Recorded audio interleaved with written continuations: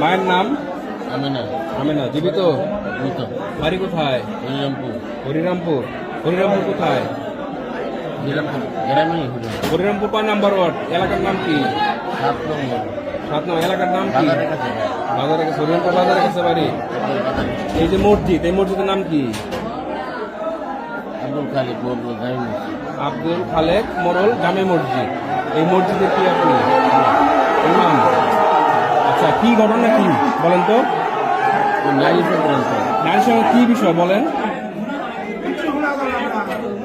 বলতে হবে তো। কি বিষয়? নারী কলঙ্ক।